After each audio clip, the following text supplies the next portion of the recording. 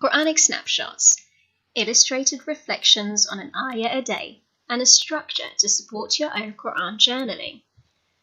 We're on Juz 20, and today's verse is from Surah Qasas, ayah 60.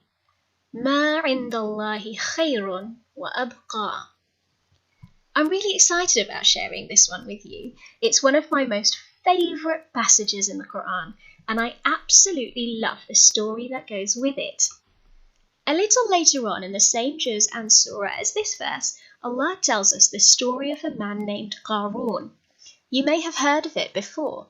I'm going to paraphrase it here, but I'd really encourage you to find a good translation of the Quran and to read it for yourself. Qarun was the cousin of Prophet Musa, but he was an arrogant bully. He was so super rich that it took a whole group of people to lift the keys for his treasure chests. And he was chuffed. Look at me, he'd brag.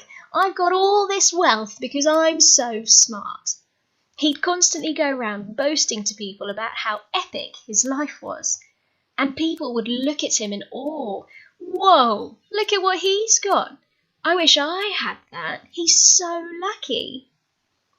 Maybe you're making connections here already, but to me, this could be something from today.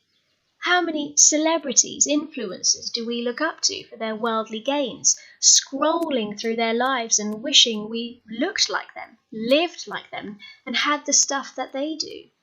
There's nothing wrong with having fun. I don't believe Allah asks us to be miserable, and I believe He created this earth so beautiful because He wants us to enjoy it, but to enjoy it through remembering Him and remembering what He sent us here for. Qarun thought it was all just fun and games, no purpose, no meaning in life, and he used his wealth to become arrogant and horrible to everyone around him. So back to the actual ayah. Allah says that the knowledgeable and wise people watching Qarun advised him to use his riches to serve Allah and to work for the hereafter. They warned him not to boast and to be good to others just as Allah has been good to you. Do you think Qarun listened? I'll leave it to you to go and find the answer from the Quran. To me, this verse is a reminder to catch myself when I'm comparing my life to others and wishing for what they have. It reminds me to focus on what actually matters in this life and what Allah is asking from me. I find it comforting to know every time I feel like I've missed out on some sort of pleasure in this world that what is with Allah is better and more lasting. Let's pick out some of the key words to help us remember and record this passage. We already know ma, meaning what, from Juz 5. So here I've got abqa, more lasting. Having little doodles helps us to remember the words better.